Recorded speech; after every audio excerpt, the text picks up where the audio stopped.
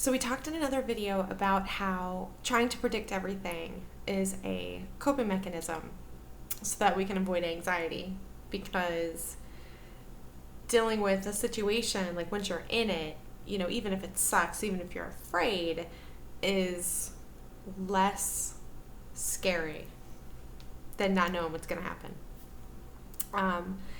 And so what I wanted to follow up with is the idea of how we can make mistakes, make the wrong choice, and still feel amazing about it. And so, a lot of the time we make a decision and we're racked with like, oh man, what's the right thing to do? And, if you're one of those people who's trying to do everything perfectly because you think that's going to keep you safe and protect you. So agonizing over the decisions, hoping you do the right thing, assuming that there is even a right thing in that particular circumstance. Sort of, and then maybe something doesn't go right, and feeling that feeling of like, oh no, I didn't pick the right thing. I'm wrong, and that's scary. But that's not a way to live. No one's going to be 100% accurate 100% of the time. So how do we move through the world and make decisions in a way that we can tolerate anxiety we might feel about it if we have anxiety? And the way that we can do that is if we make decisions that are in line with our core values. Something I've noticed is that when people get hung up on a particular situation, just thinking it over and over in their minds, not able to let it go, holding on to or carrying a lot of hurt and pain around it.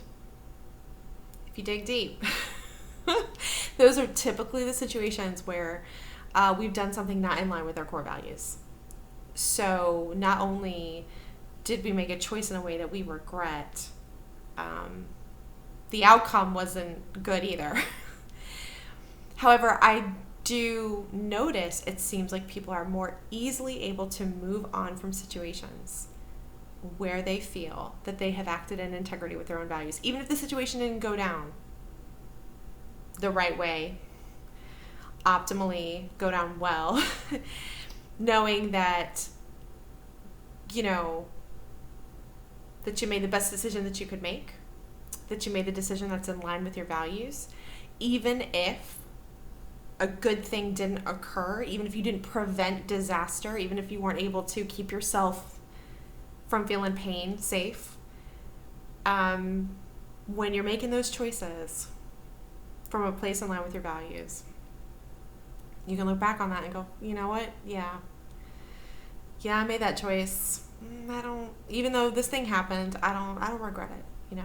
I made the right choice for me in that moment at that time. Because of course we can't predict how things are going to happen as much as we'd love to. So it's just really important, I think, to consider when we feel that fit, at least for me, when I'm making a choice that's not in line with who I am or my values, I feel ill in my body. I don't feel good. It might be my stomach. It might be like here in my chest. There is something in my body, even if my brain is justifying, rationalizing whatever it is. If I'm making a choice that is not in line with my personal values, I do not feel good, physically speaking, in my body. And then when I think back on those decisions, sometimes a feeling of disgust or cringe, shame, versus when I make decisions from a place of being in line with my values, I feel really positive, even if I made the wrong choice, even if it wasn't the right thing. Again, assuming that there is a right thing. So letting go and surrendering this idea that we have that we can anticipate everything and therefore have control over what's going to happen in an effort to protect ourselves. Letting that go. Surrendering to what's going to happen. And I remember thinking, like, what the fuck does surrender mean? What is surrender to, the universe or God or whatever? Some people go with the divine or just to life. And I think I've come upon a definition that kind of like works for me. Surrendering means letting go of the illusion that you have control over things that you don't have control over. And coming back to yourself and letting life surprise you, or the universe, or God, or whoever, whatever. Just letting things occur and go, oh man, what is going to happen next? And that way, we're doing the thing from our authentic self, and we're doing it in a way that feels good. Is it a way that is going to keep us safe from pain? No, because there is nothing that keeps you safe from pain. Literally nothing. There's nothing that we can do to do that. You can prevent yourself from feeling pain, but that doesn't keep you safe from it, because you've chosen, let's say you want to disconnect from your feelings and emotions, or that's kind of where you're going if you can't process and handle so much negative anguish, despair, all of that stuff.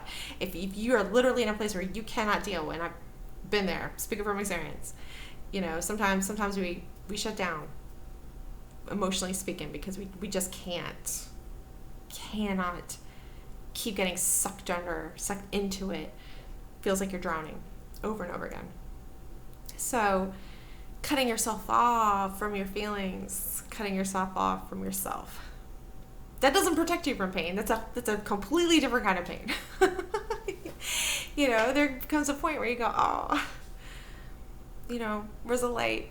Where's the love? Where's the joy? I want that back. But sometimes we got to be in that space to kind of rest. But it's not a place to stay. It's not a place to keep yourself from feeling pain. Because eventually you'll end up feeling it and process it. Maybe we take a pause. And that's fair.